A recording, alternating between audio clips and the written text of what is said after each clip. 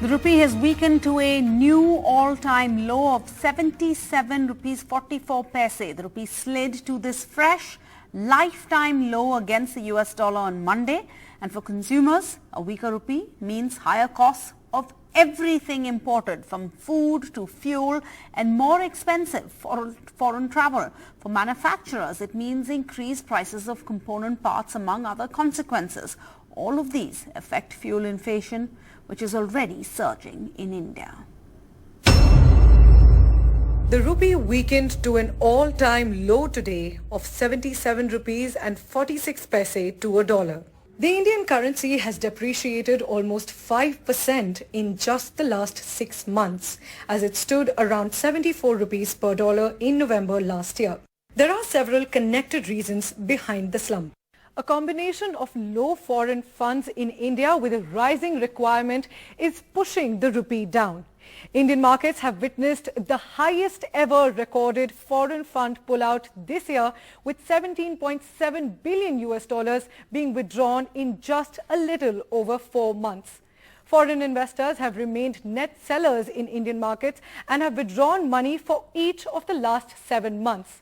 The war in Ukraine continuing for the third month, lockdowns in China followed by soaring inflation and rate hikes across countries are all factors pushing investors back to safe investing destinations such as the United States. An uncertain environment has turned investors to the US dollar, that is considered a reserve and a safe currency in times of global stress.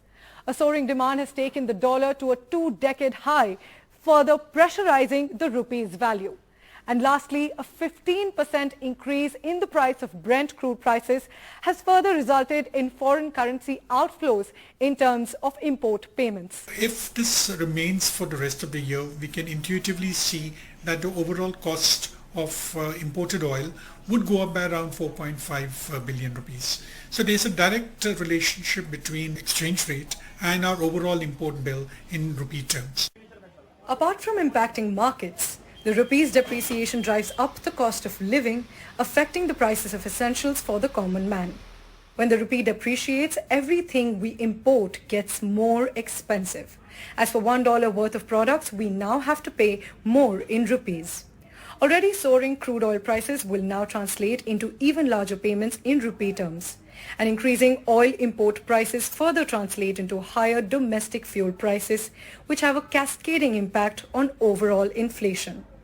A higher cost of transportation in turn pushes up the prices of all essential products. Along with this, the cost of foreign studies and foreign travel also increases with the rupee's worth reducing. But there's an upside too. Indian exports now get more competitive as foreign importers now have to pay less in terms of their currency. The Congress hit out at the Prime Minister digging up his old tweets and videos before he became the PM, and had then said that the weakening rupee was in ICU. With no signs of global supply disruptions easing amid the war, the pressure on the rupee is expected to continue. This will hurt the common man who is already struggling with price rises across commodities. Priyanshi Sharma for NDTV. And 2 days after firmly defending India's colonial era sedition law and asking the Supreme Court to dismiss the pleas challenging it, saying there was nothing wrong with it, there was nothing that needed to be changed about it, the government on Monday did an about-face, saying that it has suddenly decided to review the legislation. Now, according to government sources, the move has come based on instructions from none other than Prime Minister Modi himself.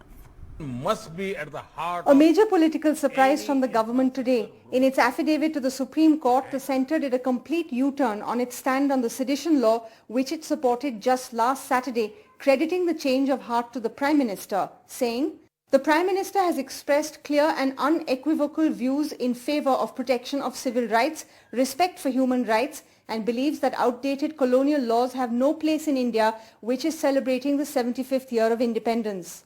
Over the last 7.5, 8 years, Narendra Modi ji's government has worked to remove over 1,500 archaic laws. When the government puts out its view in such a positive manner, it means it obviously wants to study it either by the executive route or the legislative route. rather than see it being examined by the judicial route in terms of a conflict between two sides. So one should view it as a positive development. Ironically, the government's own figures show BJP-ruled states are the worst offenders in using this British-era law. Other states like Maharashtra have been quick to follow, where sedition charges were used against MP Navneet Rana and her husband for chanting the Hanuman Chalisa outside the Chief Minister's house. And in the majority of cases, sedition charges have been used against journalists and human rights activists like the late Father Stan Swami, Sudha Bhardwaj and many others in the Bhima Koregaon case, as well as student activists. While convictions are low, the accused are spending years in jail. Modi government's understanding of the sedition law has always been warped. Modi government has over last 8 years used the sedition law only to suppress fundamental rights of expression of opinion, curbing dissent against the BJP, suppressing voices against the RSS, subjugating opinion against the Modi government. While it is still unclear what form this new law will take, the PM's intervention came a day before the Supreme Court's final hearing in this matter, where a 3-judge bench led by CJI N.V. Ramana will decide whether the matter should be referred to a larger constitutional bench or not. In New Delhi with Neeta Sharma and camera person Pawan Kumar, this is Sukirti Dwivedi for NDTV. And it was a dramatic day in the morning in Delhi as bulldozers rolled into Delhi's Shaheen Bagh. Shaheen Bagh is the heart of the citizenship law protests, and these bulldozers rolled in for an anti-encroachment drive that eventually was halted when traders and an Aam Aadmi Party MLA gave assurances that illegal structures here would be removed.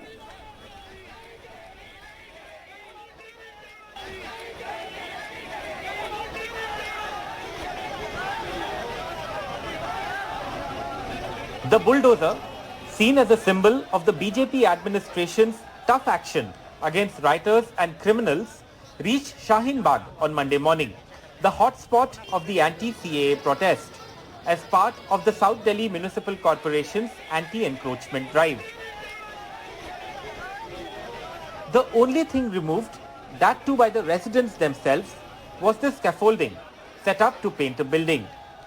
With no unauthorized structures to raise and the residents out on the streets against the drive, the bulldozer, along with the civic authorities, left the area within minutes.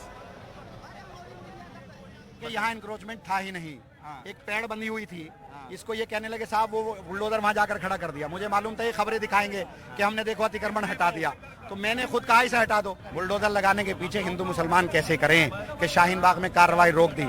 Amanatullah के नाम पर इनको vote मांगना है हिंदू भाइयों का, अमानतुल्लाह ने आकर रोक दिया। देखो वो गुंडा है, देखो वो जिहादी है, ये कैसे करेंगे। वहाँ के जो विधायक हैं वो खुद अतिक्रमण करवा रहे हैं और उसके बाद जाकर के वहाँ पे सरकारी काम में बाधा डालने का काम कर रहे हैं। उनके ऊपर FIR कराने चाहिए डिपार्टमेंट को। However, the Supreme Court had strong words for the CPM, which quickly went to court against the bulldozer action. The court refused the CPM's request for a stay on the demolitions. We are there to protect livelihoods, but not like this, the judges added. A furious court told the CPM, either you withdraw or we dismiss your plea. The court said, you do not even go to the High Court. You come straight to the Supreme Court. What is this? A political party coming here and telling us what to do. With Aravind Gunashekhar and Saurabh Shukla, Bureau Report, NDTV. And there's been a sound of a blast in Punjab, and the police have cordoned off the intelligence headquarters in Mohali. Let's go across to Ghazali, who has these details. We are told that the window glasses shattered. This was at the intelligence headquarters in Mohali. Ghazali joins us. Ghazali, what details can you share? See, as per the police version, they say that this is not a terror attack. At around 7:45 in the evening today, a minor explosion, as per the police, was reported near the Punjab Police Intelligence Headquarters. No damage has been done, but the pics show that the building and the window prints are damaged though. The police also says that there has been no injuries, nobody is injured, and government sources have confirmed that this is not a terror attack. But our sources are claiming that this attack was propelled by an RPG because the RPG remains have been found there, the pics are available. As of now, the police is tight-lipped since they have already declined and refused that it's a terror attack. So we will have to further see that what more details they can share with us. Right now, security has been beefed up in and around the area of this intelligence office there in Mohali district. All right, Ghazali reporting there. Thank you. On a blast heard in Mohali at the intelligence headquarters there in Mohali. Thanks for that.